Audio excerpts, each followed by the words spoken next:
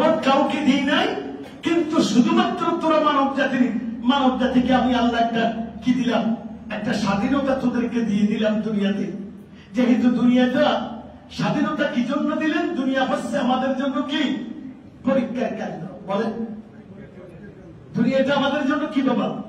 আল্লাযী খালাকাল মাউত ওয়াল হায়া লিয়াবলুয়াকুম আইয়ুকুম আহসানু আমালা ওয়া হুয়াল আজিজুল গফুর। আল্লাহ বলেন আমি জীবন মৃত্যু সৃষ্টি করেছি আমি শুধুমাত্র তোমাদেরকে পরীক্ষা করার জন্য। তোমরা কে নেক আমলের বিষয় অর্থাৎ আল্লাহর বিধান মেনে চলার বিষয়ে কে তোমাদের ভিতরে সর্বোত্তম, এটা পরীক্ষা করবো। যে সুবহানাল্লাহ, আমি এটাই পরীক্ষা করার জন্য তোমাকে দুনিয়াতে বানিয়েছি। দুনিয়াতে আমাদের আগমনের উদ্দেশ্য হচ্ছে আল্লাহ আমাদেরকে ইমতিহান করবেন, যে পরীক্ষা করবেন কে সিটারি করে, কে বাটপারি করে, কে দুঃখবাজি করে। আল্লাহ এগুলো দেখার জন্য আমাকে এখানে বানিয়েছে। তো আল্লাহ বলছেন বান্দা তোকে কিন্তু একটা সুযোগ দিলাম, যেহেতু তুই তো অন্য সৃষ্টির মতো, অন্য সৃষ্টির মতো। কারণ জান্নাত জাহান্নাম তো আমাদের জন্য, ঠিক না? কার জন্য? চন্দ্র সূর্যের জন্য কি জান্নাত জাহান্নাম আছে? পাহাড় পর্বতের জন্য জান্নাত জাহান্নাম আছে? এভাবে পশু পাখির জন্য কি জান্নাত জাহান্নাম আছে? না, আল্লাহ তো ওদের জন্য এগুলো সৃষ্টি করে নাই, সৃষ্টি তো আপনার আমার জন্য করছে, ঠিক না? তো আল্লাহ বলছেন কি বান্দা তুই দেখ দুনিয়াতে আমি তোকে পাঠাইলাম, এখানে আমি তোকে আকল দিলাম, তোকে জ্ঞান দিলাম। আজকে জ্ঞানের জগতে তুই বাস করিস, বিশাল জ্ঞানের ভান্ডার তোর কাছে জমা হয়ে গেছে। তুই তোর এই জ্ঞান আকল আর জ্ঞান দিয়ে তোর বিবেক দিয়ে তুই এবার যাচাই কর। আমি আমার নবীদের মাধ্যমে হুয়াল্লাযী আরসালা রাসূলাহু বিল হুদা ওয়া দীনিল হক লিইয়ুযহিরাহু আলা দ্বীনি কুল্লি ওয়া কাফা বিল্লাহি শাহীদা। আল্লাহ বলেন দেখ আমি আমার রাসূলকে পাঠিয়েছি, রাসূলকে পাঠিয়েছি হুদা আর দ্বীন হক দিয়ে, সত্য দিন এবং হুদা দিয়ে আমি দুনিয়াতে আমার রাসূলকে পাঠিয়েছি। একটা জীবন বিধান দিয়েছি আমি ওহীর মাধ্যমে, এটা তোমাদের কাছে পৌঁছিয়ে দিবা আমার নবী। তবে কিন্তু আমি নবীকে এটা দায়িত্ব দিয়ে দিয়েছি লিইয়ুযহিরাহু আলা দ্বীনি কুল্লি, হে নবী আপনাকে দুনিয়াতে পাঠিয়েছি আমার বিধানটা, আমার দেওয়া জীবন বিধানটাকে তুই বিজয় করবা। দ্বীনের বিজয়ের জন্য, দ্বীনকে বিজয় করার জন্য আমি তুমি রাসূলকে দুনিয়াতে পাঠিয়েছি। কথা কি আমি বলছি না আল্লাহ বলছেন? বলেন কে বলছি? আল্লাহ বলছেন। তো আপনাকে আমাকে আল্লাহ কি করছেন? দেখ বান্দা তোর আকল আছে, জ্ঞান আছে, বিবেক আছে, বুদ্ধি আছে, সবটা আমি তোমাকে দিয়েছি। এটা তুই এবার যাচাই বাছাই কর কোনটা তোর জন্য, জাতির জন্য, জাতির দেশের জন্য, বিশ্বের জন্য কল্যাণকর, কোন বিধানটা কল্যাণকর হবে।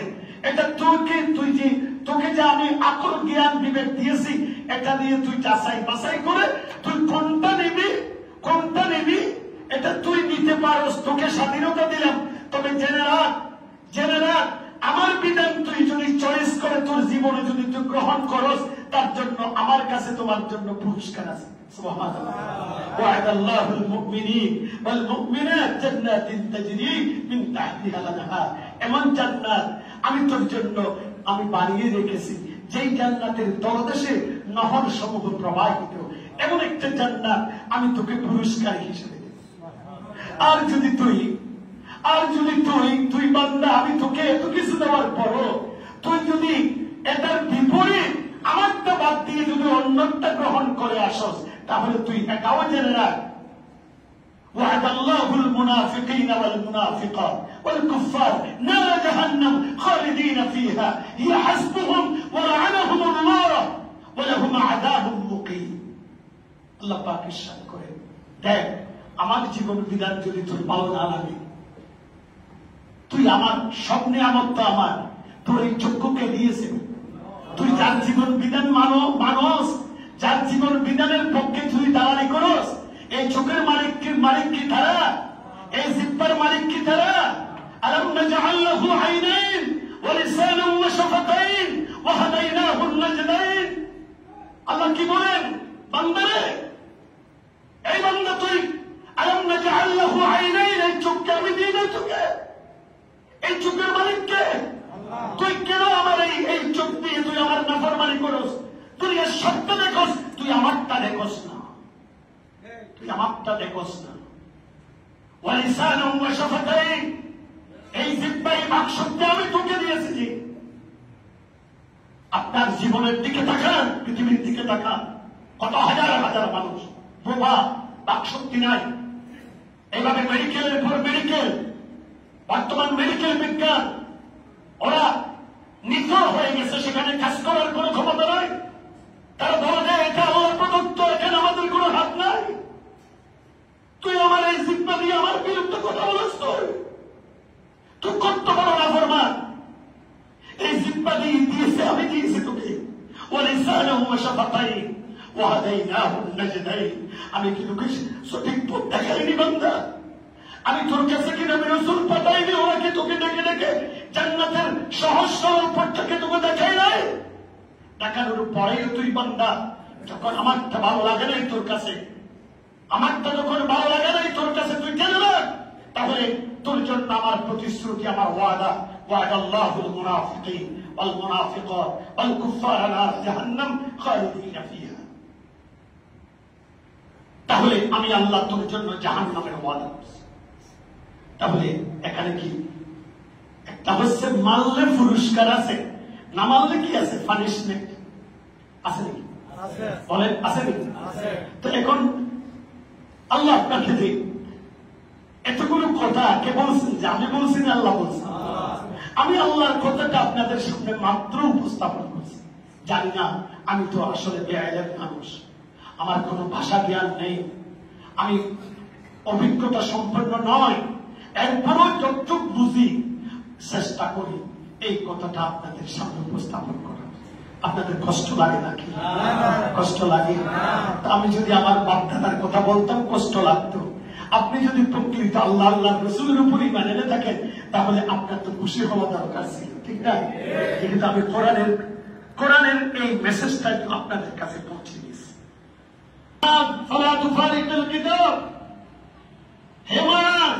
এমন একটা সময় আসবে, এমন একটা দিন আসবে যখন মুহাম্মদ রাসূল সাল্লাল্লাহু আলাইহি ওয়াসাল্লাম ছিলেন দুনিয়ার উপর।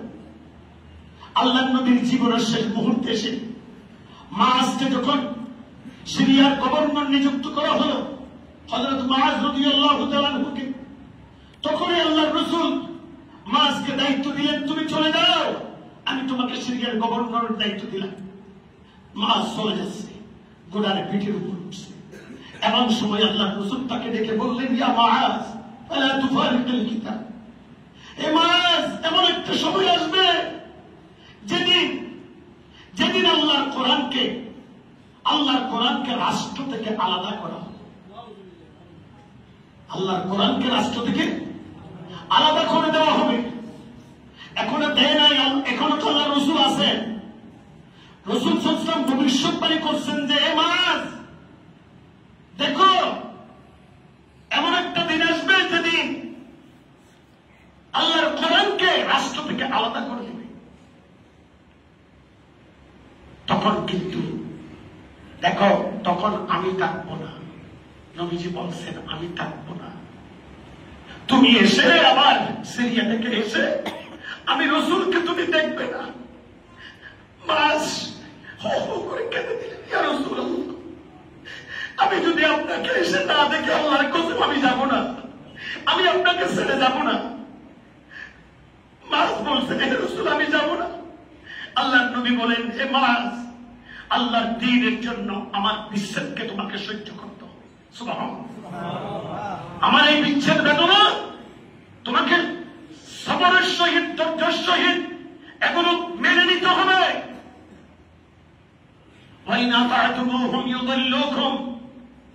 আল্লাহর রাসূল বলেন, সেই দিন তোমরা যদি কোরআন বিবর্তিত সমাজ ব্যবস্থা তোমরা যদি আনুগত্য করো, তাহলে তাদের আনুগত্য করলে তোমাদের ঈমান চলে যাবে, ঈমান থাকবে না। কথাকার বলেন, কথাকার। রাসূল বলছেন তাদের আনুগত্য করলে তখন তোমাদের ঈমান রাখতে পারবে না, ঈমানের দৌলত তোমাদের কলিজার ভিতর থাকবে না।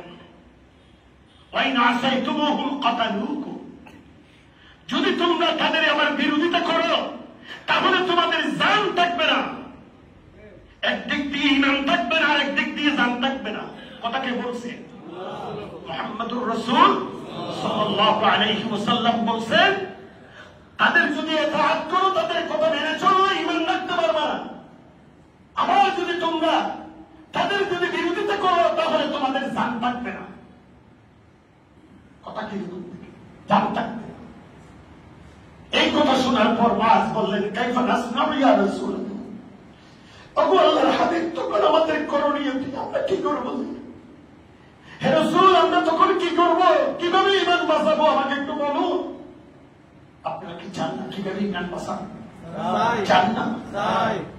এমন পরিস্থিতি তো আমাদের জীবনে আমাদের চোখের সামনে ঘটছে। তো কি ঘটবে না ঘটে গেছে, সামনে এসছে, আরো মারাত্মক আকার ধারণ করতে পারে। পারে কি পারে না? কারণ আপনাদের চোখ কান খোলা রাখতে হবে, চোখ কান খোলা রাখতে হবে। আমি একটা কথা বলছি, কতদিন বাসে আল্লাহ ছাড়া তো কেউ জানে না। আমি যতটুকু বুঝি আপনাদেরকে বলতেছি, সে আমাদের এই যে বিডিআর হত্যা ৫৫ জন, এর ৫৭ জন চৌকস সেনা কর্মকর্তা যাদেরকে নির্মমভাবে শহীদ করেছে, এর বিচার তদন্ত কমিটি হয়েছে। অতটুকু আমি জানি, তদন্ত একটা কমিটি হয়েছে, কিন্তু তদন্ত করে এর সুফল, এর বাস্তব এই যে অবস্থা জাতি দেখবে কিনা আমি জানি না। কারণ আপনারা জানেন, এখানে যদি তদন্ত রিপোর্ট পেশ করা হয় তখন ওতপ্রোতভাবে জড়িয়ে যাবে ভারত, ওতপ্রোতভাবে জড়িয়ে যাবে ভারত, এবং বেঁচে যাবে। এখানে বড় বড় মোটা অঙ্কের টাকা পয়সা দিয়ে রয়্যাল এজেন্ট যারা বাংলাদেশে কাজ করে, ওরা এইভাবে আপনাকে আমাকে ওদের টাকা দিয়ে বর্তমান ক্রয় করতেছে। কথাটা বুঝতেছেন? আমি ইশারা করলাম, আল হাকি ফি তাকফিফিল ইশারা, বুঝে নেবেন। প্রিয় হাজিরিন, তাহলে এখন তো আপনারা বলতে পারেন, টাকার পিছে দুনিয়া ঘুরে, আমি ঘুরলে দোষ কি? টাকার আশা সবাই করে, আমি করলে দোষ কি? হয়তো আমার বয়সের আপনারা যারা আছেন এই গানটা কি শুনেন নাই জীবনে একবার? জানেন না? টাকার কাছে বিক্রি হয়ে যায়।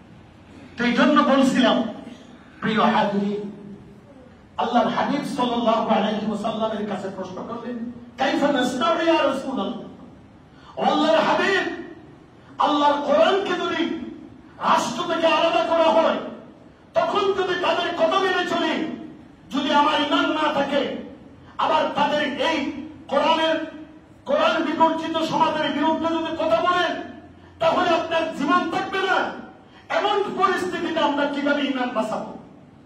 আল্লাহ রাসূলের কাছে প্রশ্ন করলেন, কাইফা নাসনাউ ইয়া রাসূলুল্লাহ, ক্বালা রাসূলুল্লাহ সাল্লাল্লাহু আলাইহি ওয়াসাল্লাম, আল্লাহর হাবিব সাল্লাল্লাহু আলাইহি ওয়াসাল্লাম বললেন, এ মুআজ, সানা আসহাবু ঈসা ইবনে মারইয়াম, সানা আসহাবু ঈসা ইবনে মারইয়াম, ঈসা ইবনে মারইয়াম আলাইহিস সালামের যে উম্মত ছিল তাদেরকে বলা হতো হাওয়ারি। কি বলা হতো? হাওয়ারি। তখন তোমরা হাওয়ারিদের পথ অবলম্বন করবে, হাওয়ারিদের পথ, হাওয়ারিদের পথ। তো হাওয়ারিদের পথ কি?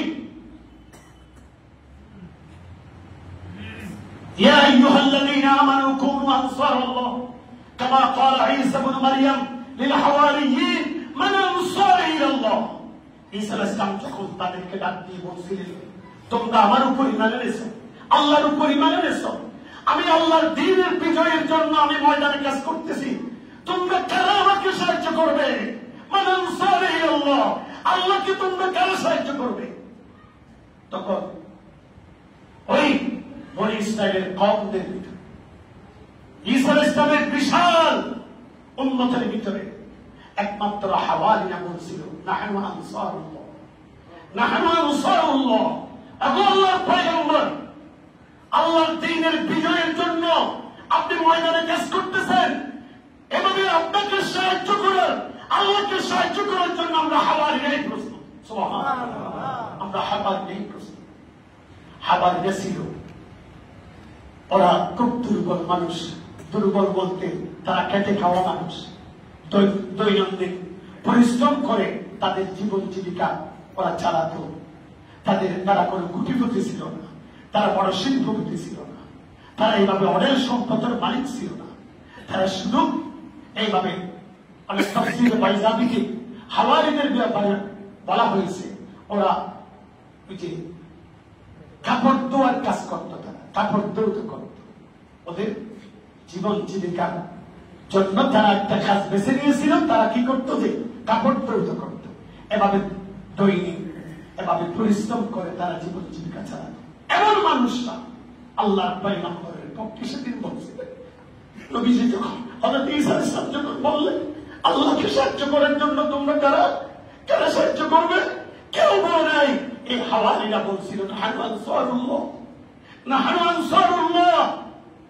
আল্লাহর পয়গম্বর ঈসা আলাইহিস সালাম আমরাই আল্লাহকে সাহায্য করার জন্য আমরাই প্রস্তুত। দেখেন ওই কথাটা কোরআনুল কারীমের ভিতরে কেমন পর্যন্ত আল্লাহ পাকের এই তো ভালো লেগেছে। হাওয়ারিদের কথাটা আল্লাহ পাক কোরআনের ভিতর দৃষ্টান্ত হিসেবে পেশ করেছেন। সুবহানাল্লাহ, দৃষ্টান্ত হিসেবে পেশ করেছেন। আমার হাওয়ারিদের পথ অনুসরণ করুন। তাহলে এখন আমাদেরকে আল্লাহকে সাহায্য করার জন্য আমাদেরকে সবাইকে প্রস্তুত হতে হবে। ময়দানে, সমাজে দেখেন আজকে এই যে আমাদের নিত্য প্রয়োজনীয় দ্রব্য মূল্যের যে ঊর্ধ্বগতি, আমি বাস্তব কথা বলছি। আপনারা তো জানেন আমার একটা দিনখান আছে। আমি এখানে এই সিরিঙ্গা একটা মুদির দোকান থেকে চাল কিনতাম। আমি গতবার 10 ব্যাগ চাল কিনছিলাম, যে ওরা আমার থেকে নিয়েছিল যে 2200 টাকা করে মোটা চাল 500 টাকা কিনেছিলাম। আমি এই গত কয়েকদিন আগে আবার 10 ব্যাগ চাল কিনছি, আমার থেকে নিচে যে তারা 2500 টাকা। দেখেন এই যে সপ্তাহ 10 দিন 15 দিনের ব্যবধানে এভাবে চালের দাম বেড়ে গেছে। এভাবে এমন কোন পণ্য নাই যার দাম এভাবে আকাশ সঙ্গে হচ্ছে। এই মজলুম, এই অসহায়, গরিব, মিসকিন, ওদের হাজারে সমাজে এগুলো শোনার মতো মানুষ নেই, দেখার মতো মানুষ নেই। আমরা সকলেই নিজ নিজ আখের বুঝাবার জন্য প্রস্তুত। আমরা ওই জাতির ভাগ্য পরিবর্তনের জন্য আমাদের মাঝে কোন ধরনের এভাবে ইমানের চেষ্টা বলতে আমাদের মাঝে আল্লাহর আদালতে কি জবাবদিহি করতে হবে না? যে যেখানে আছেন, যে যেভাবে আছেন, ডাক্তাররা ডাক্তারদের অ্যাঙ্গেল থেকে, মাস্টাররা মাস্টারদের অ্যাঙ্গেল থেকে, সাংবাদিকরা সাংবাদিকদের অ্যাঙ্গেল থেকে, এভাবে ব্যবসায়ীরা ব্যবসায়ীদের অ্যাঙ্গেল থেকে, সাধারণ গরিবজুর সেখান থেকে প্রত্যেককে আল্লাহকে সাহায্য করার জন্য আমাদেরকে প্রস্তুতি গ্রহণ করতে হবে, সিদ্ধান্ত গ্রহণ করতে হবে। রাজি আছেন? আল্লাহকে সাহায্য করার জন্য রাজি আছেন? তাহলে আল্লাহ পাক বলেন, আমি তোমাদেরকেই একমাত্র স্বাধীনতা দিয়েছি, জীবন বিধান বেছে নেওয়া। আল্লাহর অন্য কোন সৃষ্টি জগৎকে আল্লাহ এটা দেয় নাই। তবে এখানে তোমাদের জন্যই আমি পুরস্কারও রেখেছি, আবার কি রেখেছি? পানিশমেন্টের ব্যবস্থাও রেখেছি। তোমরা কোনটা নিবা, এবার তোমরা তোমাদের আকল দিয়ে বিচার বিশ্লেষণ করে এবার তোমরাই গ্রহণ করো।